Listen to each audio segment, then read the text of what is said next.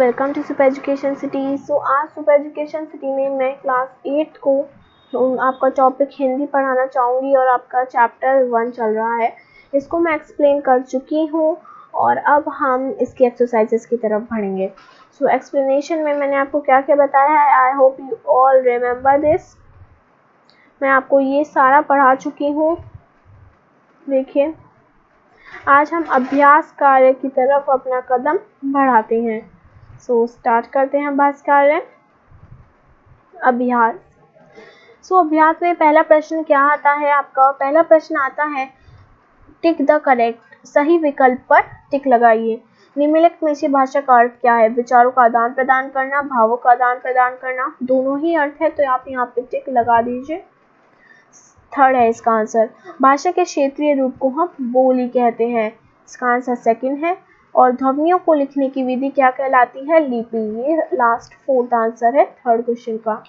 अब आपको क्या करना है? फिलअप्स करनी है। देखिए, हाथों से लिखी जाने वाली तथा मुंह या मुख से पढ़ी जाने वाली भाषा लिखित भाषा होती है।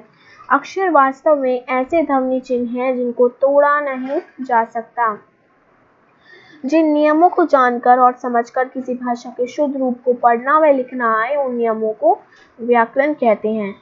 अब हमने ट्रू एंड फॉल्स, हमने भाषा के 3 रूप पढ़े हैं? नहीं, हमने 2 रूप पढ़े हैं, तो ये आपका हो गया है रॉन्ग।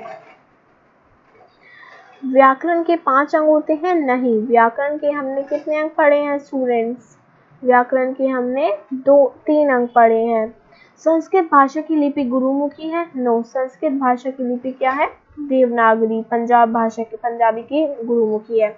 बचपन से मिलकर एक शब्द बनता है? या ये आपका सही है, क्योंकि जब ये अक्षर है बचपन, तो इसे मिलकर एक शब्द बनेगा। हरि भोजन नहीं करेगा को वाक्य नहीं कहेंगे? नहीं, हरि भोजन नहीं करेगा तो एक वाक्य है।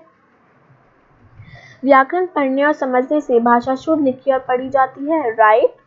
भाषा की अभिव्यक्ति बोलकर, संकेत द्वारा तथा लिखित द्वारा होती है, राइट। भाषा के 2 रूप होते हैं, मौखिक तथा वाचन। नो, मौखिक तथा लिखित हम भाषा के रूपों को मानते हैं।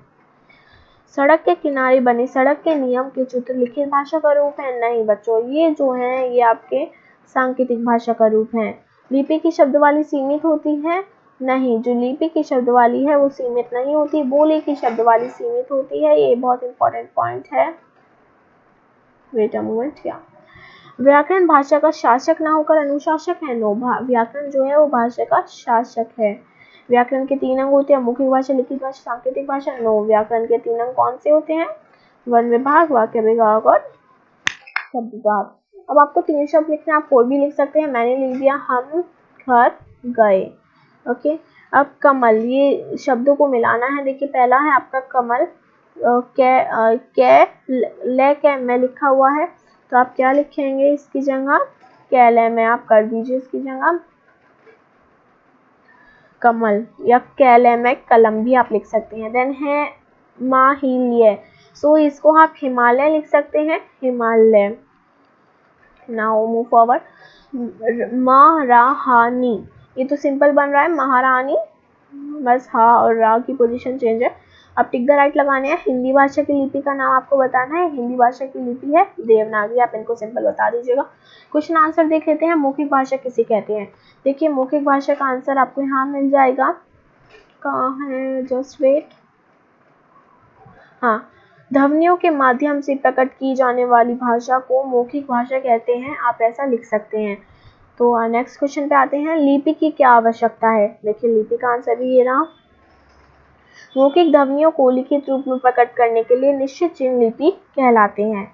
नाउ थर्ड क्वेश्चन पे आते हैं। व्याकरण शब्द के खंड कीजिए। व्याकरण के आपको टुकड़े करने हैं। व्याकरण शब्द किस किस से बना है? वी प्लस आ प्लस करण से मिलकर व्याकरण बना है, तो हमने इसके टुकड़े कर दिए। आप इसका मतलब भी लिख सकते हैं if you want. Then fourth question आता है। भाषा शब्द किस धातु से बना है और उसका अर्थ क्या है? देखिए, इसका आंसर यहाँ पे लिखा हुआ है पहले पेज पे। भाषा शब्द भाष धातु से बना है और इसका अर्थ है बोलना।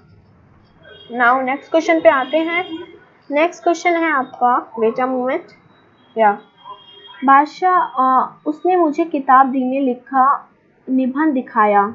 उसने मुझे किताब दी में लिखा निबंध दिखाया। शोर मचाते हुए छात्रों की और अध्यापक से आंखें निकालने अब देखिए ये आपके 3 प्रश्न हैं, आपको बताना है कि इनमें कौन सी भाषा का प्रयोग किया जा रहा है। उसने मुझे किताब में लिखा निबंध दिखाया, तो इसमें उसने निबंध दिखाया है तो आप अपनी आंखों से देख रहे हैं। नेक्स्ट है शोर मचाते हुए छात्र को अध्यापक ने आंखें निकाली और कहा चुप हो जाओ। इसमें सांकेतिक भाषा है क्योंकि आप संकेतक के माध्यम से बच्चों को चुप कराने के लिए कह रहे हैं। कक्षा 8 में पढ़ने वाले बालक उस अनपढ़ पहाड़ी बूढ़े की बात समझ ही नहीं सका, जबकि वह बूढ़ा बार बार कुछ कह रहा था। कौन सा रूप है ये भाषा का? ये भाषा का वाचन रूप इसमें प्रयोग हो रहा है, पर जो बच्चा है वो बात समझ नहीं पा रहा है, वो वाचन रूप समझ नहीं पा रहा है। नेक्स्ट क्वेश्चन पे पढ़ते हैं, भाषा किसे कहते हैं। भाषा की परिभाषा इसमें आपको सिंपली लिखनी है। अब पहले पेज पे जो आपका पहला पेज है उस पे इस बारे में बताया गया है कि भाषा किसे कहते हैं। भाषा के कितने रूप होते हैं? भाषा के 2 रूप होते हैं, मौखिक और लिखित। भाषा के मौखिक रूप की व्याख्या कीजिए। तो देखिए आप यहाँ से व्याख्या कर सकते हैं, मैं आपको बता देती हूँ। वेट अ मोमेंट, ये यहाँ पे ये आप पूरा लिख सकते हैं तो आपकी भाषा की व्याख्या हो जाएगी। नेक्स्ट पढ़ते हैं, वेट अ मोमेंट प्लीज। या बोली किसे कहते हैं? भारत में लगभग कितनी बोलियां प्रचलित हैं? इसका आंसर आपको कहाँ मिलेगा? देखिए स्टूडेंट्स, इसका आंसर आपको ये है, आप ये पूरा लिख दीजिएगा। इसमें भारत में कितनी बोलियां हैं वो भी लिखा हुआ है। नेक्स्ट चलते हैं स्टूडेंट्स, भाषा की प्रकृति पर एक टिप्पणी लिखिए। भाषा की प्रकृति एक टॉपिक है इसमें ही, तो आप उस पर जाके लिख सकते हैं कि भाषा के अवगुण और गुण को भाषा की प्रकृति कहते हैं, तो यहाँ पे आप लिख सकते हैं। नेक्स्ट क्वेश्चन है स्टूडेंट्स आपका, लिपि किसे कहते हैं? वो मैंने अभी जो इसका आंसर था वही आप ये लिख दीजिएगा। मौखिक ध्वनियों को लिखित रूप में प्रकट करने के माध्यम को लिपि कहते हैं। नेक्स्ट क्वेश्चन आता है आपका, व्याकरण किसे कहते हैं? व्याकरण का भाषा का से क्या संबंध है? ये रहा व्याकरण के बारे में पूरा लिख दीजिएगा, पता चल जाएगा इनको। नेक्स्ट क्वेश्चन है स्टूडेंट्स, व्याकरण शब्द की व्याख्या करते हुए इसके व्याकरण के अंग लिखिए। अब देखिए व्याकरण शब्द की अगर आप व्याख्या करें तो व्याकरण शब्द के बारे में लिख दीजिएगा। वी प्लस आ प्लस करण से ये बना है और व्याकरण के 3 अंग होते हैं। नाउ हिंदी भाषा का संक्षिप्त परिचय दीजिए। हिंदी भाषा के बारे में आपको कुछ बताना है, वो आप पहले पेज पे हिंदी भाषा के बारे में या हिंदी के महत्व में से यहाँ से कुछ बता सकते हैं। आप हिंदी भाषा के बारे में 4-5 लाइनें और हिंदी के महत्व में से भी बता सकते हैं। आप देखिए हिंदी का महत्व में से बता दीजिए थोड़ा, हिंदी के बारे में, हिंदी के क्षेत्र में से बता दीजिए, ऐसे आप बता सकते हैं। नेक्स्ट क्वेश्चन आपका आता है, हिंदी के क्षेत्र को स्पष्ट कीजिए। देखिए हिंदी का क्षेत्र एक अलग टॉपिक है यहाँ पे। हिंदी का क्षेत्र इसमें से आप सारा बता दीजिएगा। पंजाब से हरियाणा, राजस्थान, बिहार, यहाँ पे हिंदी बोली जाती है। हिंदी के महत्व को प्रकाश कीजिए और हिंदी की मुख्य विशेषताओं को संक्षिप्त कीजिए।